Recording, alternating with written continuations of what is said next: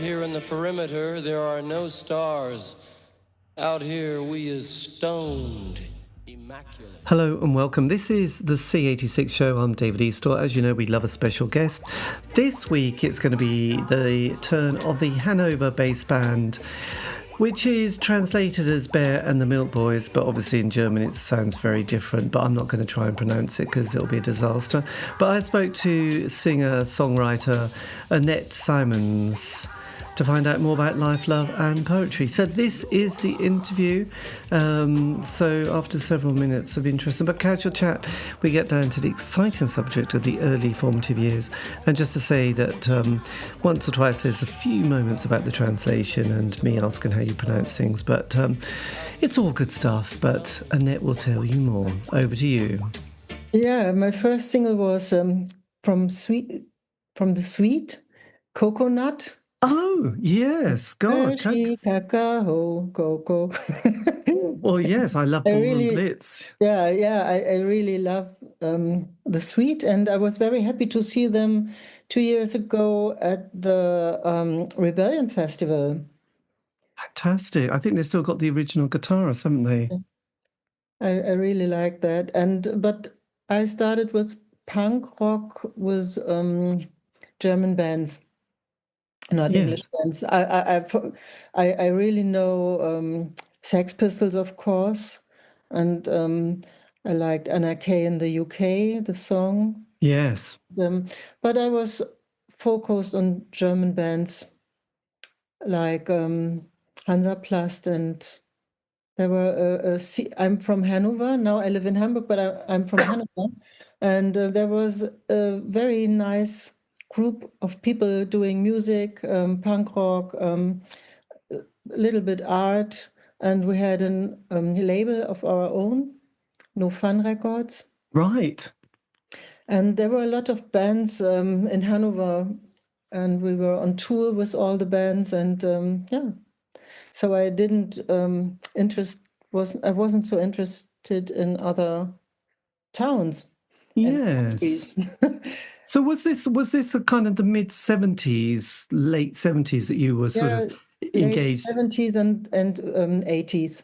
Right, into that period. And what was it? So you were in Hanover at that stage in life. I mean, you know, that punk in the 70s, I don't know what it was like kind of on the political front. In the UK, things weren't going terribly well because there was like constant change of governments and there was a lot of kind of unemployment and strikes and the 3-day week, which is everyone talks about. What was it like politically? Oh, and we also had the IRA bombing as well. Yeah, so it wasn't great. So what was it like for you growing up? What was the political landscape like in the 70s? Oh, we had the Baader-Meinhof, RAF.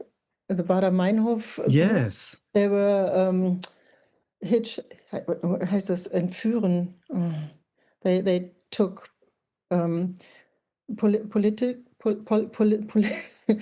very famous people, and they took them. Yes. I think they kidnap a few people. Yeah, they kidnapped them. Right. And they killed them. They made a lot of they really killed important people. And they were were they bombing banks as well? Was that the other thing? Yeah, they were robbing banks, but the really horrible thing was kidnapping and killing politicians and bankers and so on. And so we had a very lot of police and a very bad mood in the country. Yes. Because everybody was suspicious, and there were a lot of laws. So was it as a sort of a young person growing up then? Were the Baader-Meinhof were they because when you're younger, sometimes it's nice to be rebellious or very tempting. Did you also feel quite drawn to their cause, or were you kind of not so sort of drawn? I mean, was it one of those things that people, if you were a teenager into punk and sort of potentially anarchy, would it have been quite something that one would have supported, or you'd have gone, no, that's not my scene? No, I was I was sure that the government is lying to us, and that the establishment is not right, is not fair, is not it's lying to us. And then there came the anti-atom movement. Yes. Against Atomreaktoren. And I don't know if this was a theme in England too. We had very big demonstrations against atom, and with a lot of police. Yes. Real cruel demonstrations. They came with helicopters, with horses, with guns, and we had really heavy fights about this theme. Right. And this was my way to get more politic.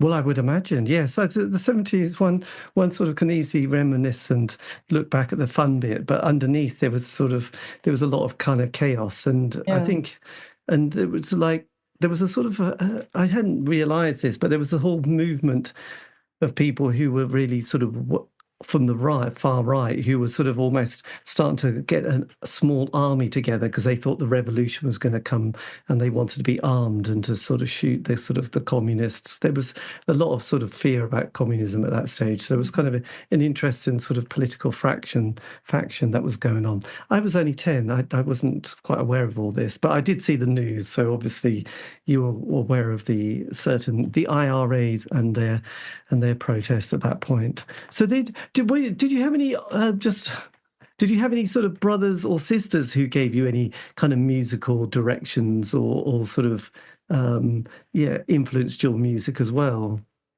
No, I have a sister. She's 3 years older, but she only listened to pop music, but very boring pop music, not the good one. Right. There's good pop music and there's boring pop music, and she's boring one. And were your parents, did they have any sort of music or cultural sort of thing that kind of helped, you went, oh, they like... No. I was the only rebel in the family. Right. And Yes. So did you form the band? Now, translated, and I looked at the translation actually, is it Bear and the Milk Boys? Is that yes, right? Little bear and the Milk Boys. Yeah, it's not a punk name, and I'm always unhappy with this name, but I can't change it. No, God, you can't. Well, actually, I did an interview with somebody who was in a 90s band, I suppose. He called Fudge Tunnel, and he said that was not a good name to have picked, really. But, I think once you start, you've kind of committed. And you're also thinking, when you start a band, I would imagine you're not really expecting it to get that far down the line, and you think, oh, God, we can't change it now. So how do you pronounce it in German, by the way? Because Bärchen und die Milchbubis. God, that's going to... That'll be a tongue twister for me. Anyway, so how did you obviously, did you have, like in this, in the UK, there's like every city and town had a sort of a venue, like an indie punk kind of club. Did Hanover also have kind of a certain place that everybody would go to, and that was where all the bands played? Yeah. There was an independent youth center. I don't know. Does this exist in England too? There are houses. They were empty houses taken by young people. Oh, squatting. Squats, the squatting sort of. Did you squat into places and property and without paying rent?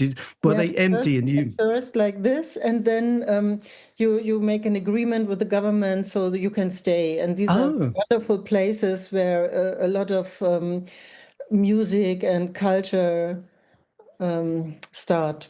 Right. Yes. Well, I think that was probably a little bit because there was a lot of unemployment in the UK and empty property. And so there was a lot of empty houses that people could just, I don't know, start to live in, and that happened. Were you at that stage? Had you left school at 16, or were you still at college or university during the beginning of the band? I had to go to school until I became 18 years old because of my parents had problems with me, of course. Right. And so I had to, the government, they went to the government and said, we can't be responsible longer for this girl. We need help. And so I had to go to school. You had to go to school till you were 18 at that stage. My God. And then I left my parents' house and... that was it. There you go. Yeah. That was 18 and you... So was that kind of 79 that you left and then started the band? Yeah. Right. And then did you, at that stage, and just as a background, because I'm not completely sure, but I got the impression that you would need to do all national service unless you lived in Berlin. Did that affect you at all, that particular thing? No, it was only for boys. Boys, right. Ha! They went to Berlin for not going to the army or something like that. I must admit, that would be tempting. But you stayed in Hanover. Yeah. And then, who was the original band? What were the members of the band? And did that come together quite smoothly? Yeah, that was very easy because the people I lived with knew the boys, and they said, "Oh, we know some sweet boys who wants to make a punk band, and they are looking for a singer. Wouldn't it be nice if you joined the band?" And so I had a band. You said, "Yeah, okay, yeah, I better do that." Actually, at that stage, yes. And they were very, very young. I was 18 or 19, and they were 16, 17, and 18, and I was 19. Yeah, and so we got the name from the people I lived with, because they said, "Oh, when you wake up in the morning and you are drunk, you look like a bear, and the boys are so young, they are the milk boys." The little milk boys. Milchbubis, yeah. Well, it all makes sense, actually. So when you started to rehearse, I mean, obviously you're the singer. Did the others at 16, had they started playing music at that point, or were they just decided, oh, actually, this is a good idea, but the one flaw is that we've got no musical talent? Or were they already slightly musical? Oh, they did it very well. Yeah, better than me now.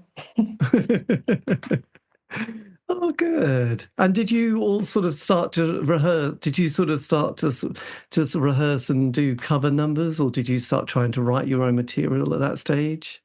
No, we try to make our own songs. We wanted to make our own expressions and sing about what was important for us.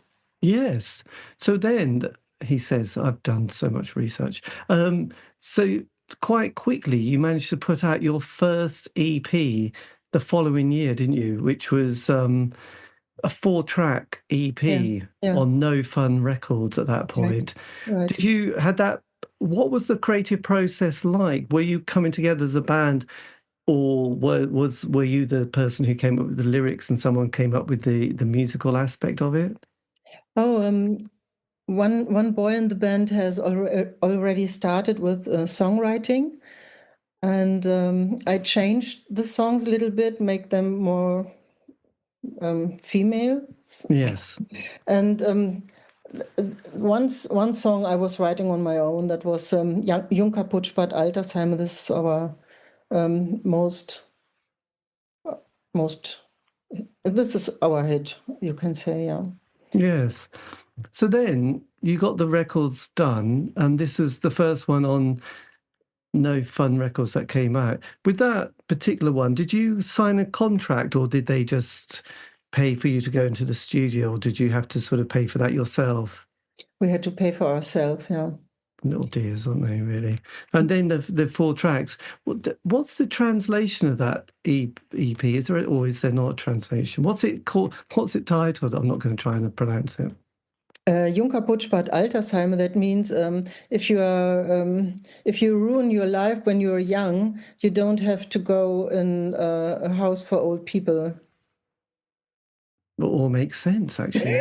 It all makes Yeah. sense, he Yeah. says confidently. Yes. And had you started playing live at that stage as well, before the EP came out? The people I lived with from the band Hans-A-Plast and were very popular at this time, and they took us with them. They said, "Oh, if you want to join the stage, come with us, and you can play with us." Yes, my God. And then you got, yes, Young Broken Saves Retirement Homes on No Fun Records. So that was played, did that get picked up on the radio quite quickly? Did you get airplay for that particular single? Yeah, it was one of the most played song. It was the most played song in the Bavarian radio for young people. Brilliant, Bavarian Yeah, Radio. and I was very surprised about the Bavarians. Yes, well, go by Bavarian. Now, did at this stage, did you replace your bass player at this point? Yeah. Yes. Had Martin had enough at that stage? No, I would say there's only place for one diva in the band. Right. That's me. That's you. Yes, you can't have two, can you? It's tricky. And so did he get the kind of red card treatment at that stage? Yeah. Oh dear. Did he want to be the singer or the front person? Oh, he wanted to write the songs, and he wanted that we only play his songs, and I wanted to play my own texts Yes. and songs. I'm glad you stood up and said, just go away. Mm. Yes, that was the end of him, actually. And then, did you then go straight into making the first proper album, didn't you? Yeah. This is fantastic. What's it called? What's the debut album called? The album is called, in German, Dann macht es Bumm. In English, now it starts to make boom, and that's Bärchen und die Milchbubis. So B-U-M. Yeah. Yes, I think then it goes boom, something like that. Yes. So at that stage, without Martin in the band, was it the sense that you were doing all the lyrics at this stage, and the band, the rest of them were doing the musical aspect, or were you sort of doing it all as a collaboration together? Oh, it was that the boys were playing the whole time. And then I said, "Oh, I like this, or I like that, or here I have an idea." And I always thought that the music that the boys make is the brilliant thing. And now, 40 years later, I recognize that making the texts and the lyrics and the singing the songs is the best part or the most important part. Yes. Not everybody can play some guitar. Even me. I started 4 years ago. Right. And for the new album, I played the guitar myself. It's not good, but it's okay. It's adequate. Were you with playing? Had you started to travel further afield at this point? Were you playing outside Hanover? Were you playing in other cities or towns? Oh, we were playing in all the cities of Germany. We made a big tour with other bands of No Fun Records, and we played in Munich and Berlin and Köln, everywhere. Yes. Were you sort of held up as, like the darlings of the sort of post-punk period at that stage? I don't know if we were the darlings, but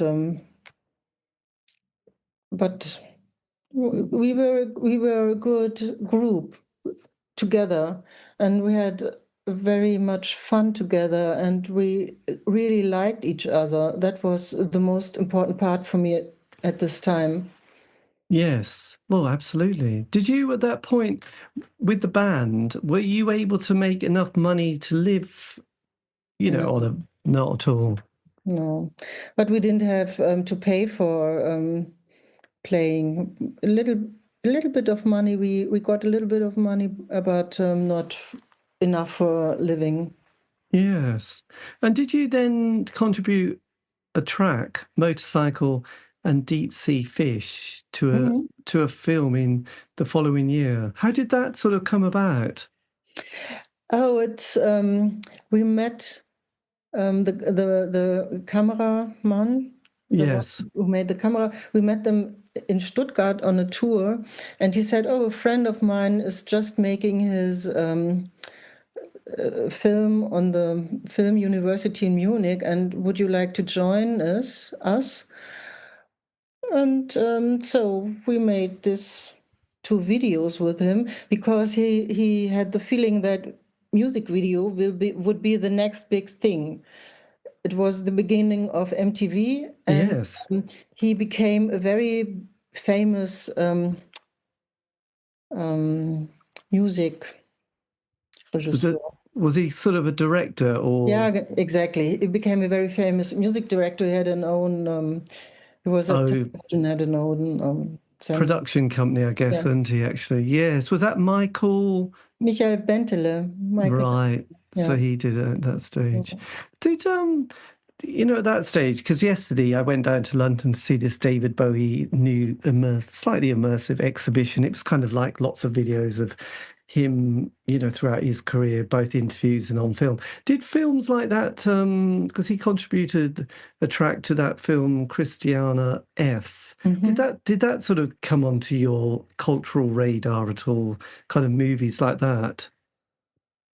No, it came by MTV but not by David Bowie and Christiane F.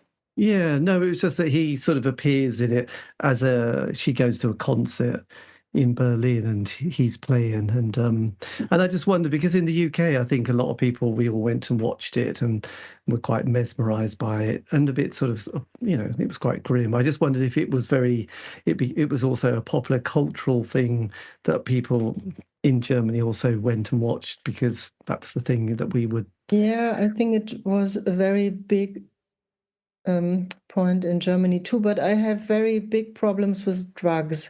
I don't like it. I don't watch movies with drugs, and Yes, well, it's that not was my. no, absolutely. I mean, it was obviously, if when you do interviews with people in New York during the 70s and 80s, there was a lot of drugs, and obviously there's a certain recreational sort of movement of drugs, sort of, yes, with young people in rock bands, but with your band, it was all pretty clean and Yeah.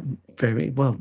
Good idea. That's something that you won't regret later on in life, thinking, if only we'd all become drug addicts, life would have been better. So the album came out. Did you ever tour outside Germany? Did you ever have tours in sort of Holland or France or Spain? We have played once in Austria and in 2 times in Switzerland, but mostly we are playing. We're playing in Germany. That's far enough for us. Yes, well, absolutely. So then sort of 82, 81, 82, did you start sort of work on the second album at this stage? Yeah. So how was that so was this a kind of material that never got released at this stage?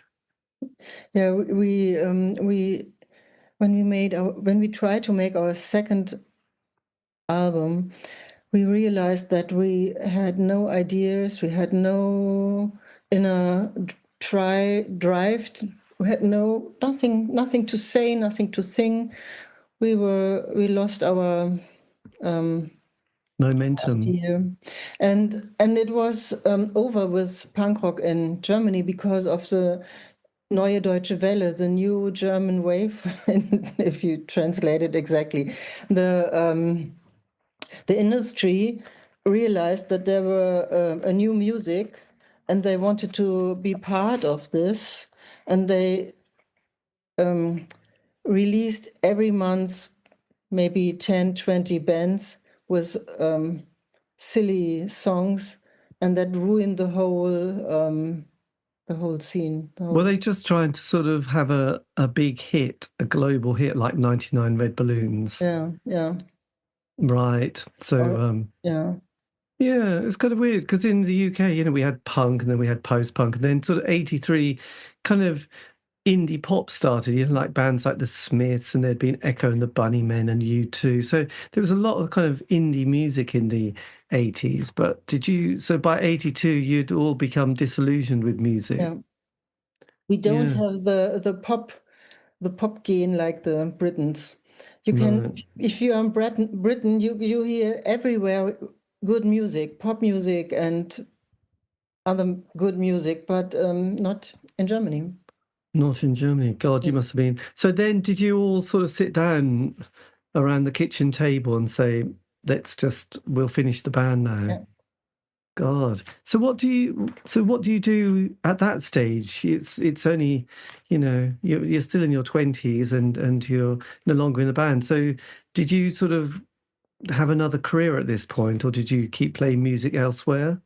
I moved to Hamburg, and I thought in Hamburg everything will be better, even for the Beatles. Yes, I know. Yeah, that was where they were. Yes, they struck gold. Really, But that was where their apprenticeship, really, wasn't it, Hamburg? Yeah. But I didn't made any more music here. But I started to work for artists. I didn't make art myself, but I was working for very famous artists here in Hamburg. Oh, right. Yeah. Who was that? Perhaps you know Martin Kippenberger or Albert Oehlen.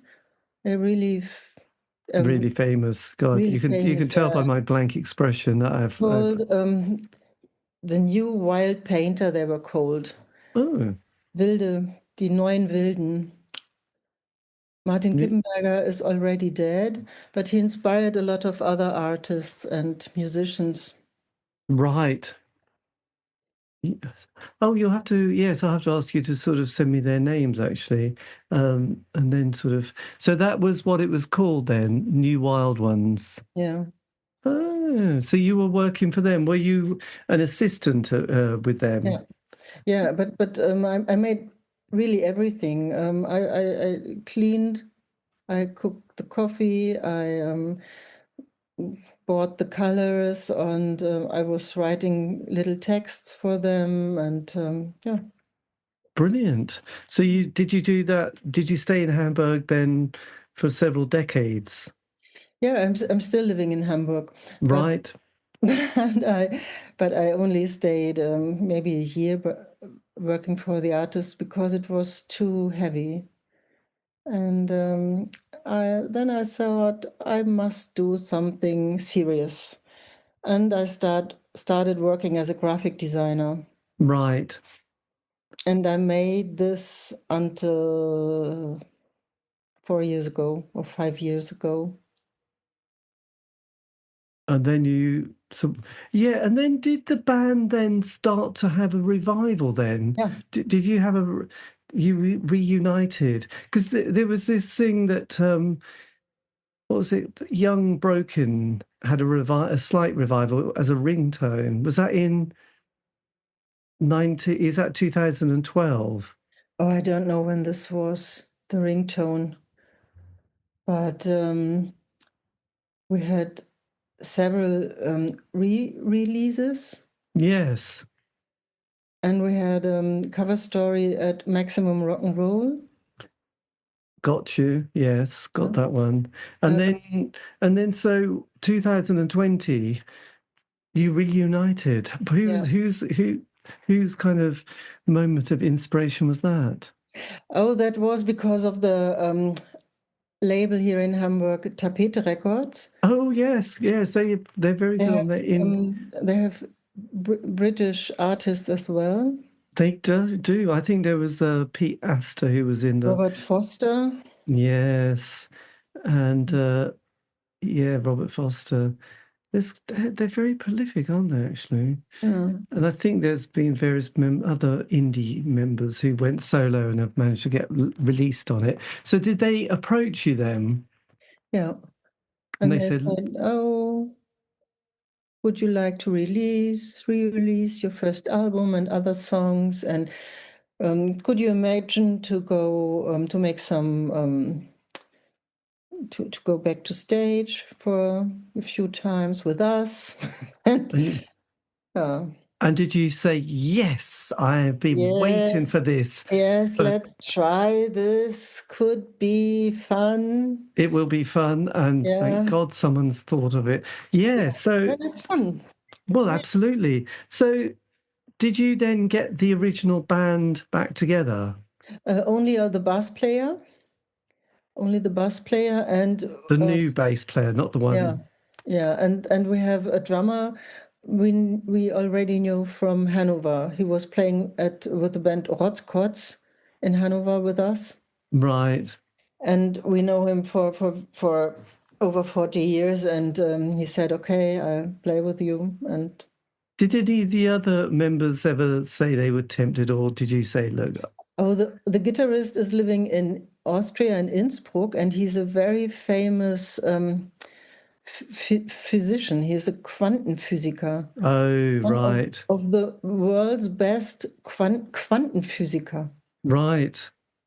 Yeah, and when I asked him what he is doing there at the university, he said, Annette, there are only 7 people who understand what I'm doing, and I don't believe that you are one of them. You said, okay, thanks a lot. Miss you too. Yes, well, you don't have to send him a Christmas card, do you?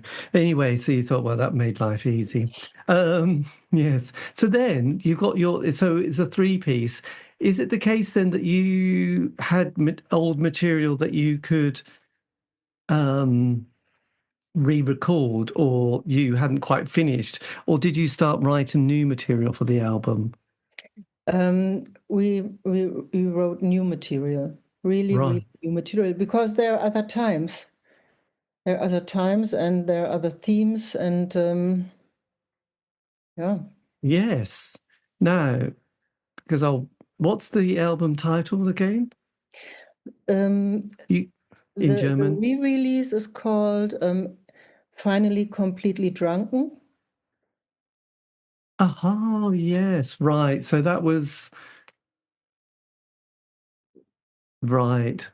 And then 2 years later, we made a new album called The Return of the Boom. That's right. Okay. God, I have to say this is... And in these days, we finished our 3rd album. We just then sent the masters to the master of the record is just ready, and in October will be our 3rd album. Are you enjoying making music more now than you were back in the early 80s? Yeah, I really enjoy it now because I'm not so stressed. Yes. And it's not so important if everybody likes me, or if there's someone, if there might be a boy who could love me. That's not more important. Yes, well, that's all quite good. And have you been working on any other projects? Because I was looking at your Facebook page, and it looked like you would sort of... Were you promoting a book of some description as well? Yeah. That's Tapete Records is publishing books. Is publishing books too, and if they are making an anthology, I think. Oh, anthology. Yeah, they are asking if I would like to write something, and so I have written some texts for some books. Oh, fantastic! Let's have a wait a minute. God, for some reason my computer just froze at that point. I'll just get a copy. This is all good, and then we can compare notes. One book called Teenagers. It's about punk bands international. There are nearly 200 people have written about their most important international punk band. Yes. And then there's a second one. That's the one I saw you promoting. That's about nearly 200 people have written about their most important German punk band. Fantastic. Did you say punk band or punk bands? Punk bands. Bands, my God. Yeah. So they're both out. And are they both, they're both in German, aren't they, actually? Yeah, they're both in German, yeah. My God, they're really big books, actually. Yeah. And Nearly 200 did you people. contribute chapters to both of those? I wrote something for both of, yeah. God, that's fantastic. Here I wrote about Ein Jury. I've written about Ein Jury and his song Sex and did I what I don't know Sex and Drug and Rock. No. I think that's it. Oh, Ian Dury. Hit Me With Your Rhythm Stick was my yeah, Ian Dury. Yes, that's the one. With Your Rhythm Stick, yeah. Nee, Sex and Drugs and Rock. And this is, yeah. Fantastic. Did you enjoy the writing process? Yeah, I really like that.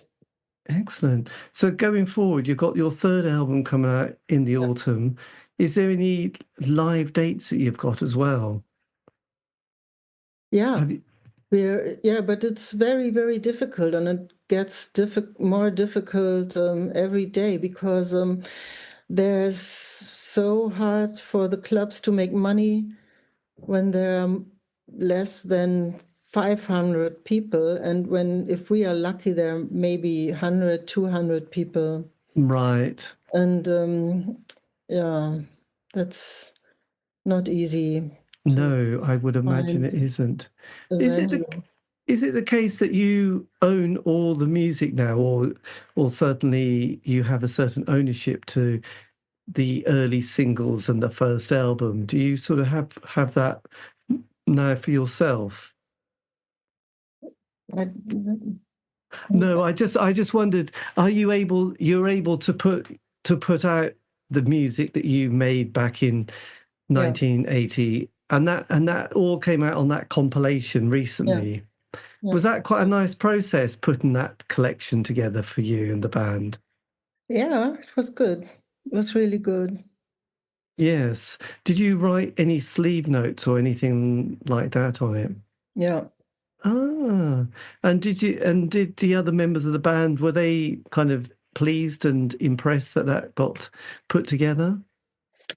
No, not really. No, it's not very interesting for them. For those who are not longer in the band. No. Oh, well. Well, sometimes I find that with doing these interviews, people have quite enjoyed going back and hearing some of the things that they did in their very young days, but different strokes for different folks, really, isn't it? Yes. Well, look, thank you ever so much. I mean, this has been good. I hope it's not been too painful for you.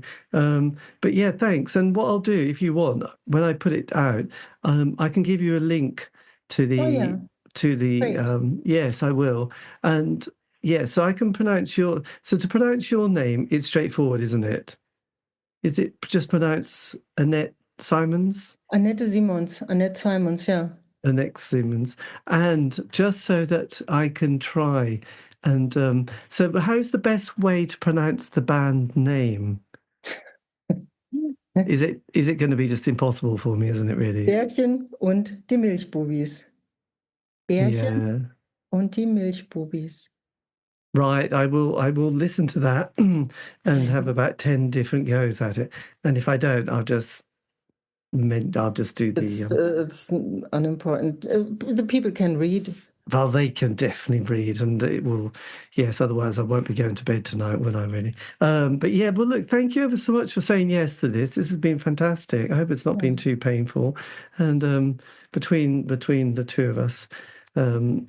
yes, I think magic, though I wasn't much help. Nice to meet you. Thank you so much for your interest in... Yes, well, it's always good.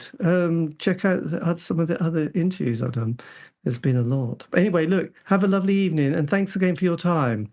Yeah, thank you so much. Take care. Bye-bye. Bye-bye. And that was me in conversation with Annette Simons, talking about her life in music and the band and various other bits and pieces. This has been the C86 Show, David Eastaugh. Have a great week. Stay safe.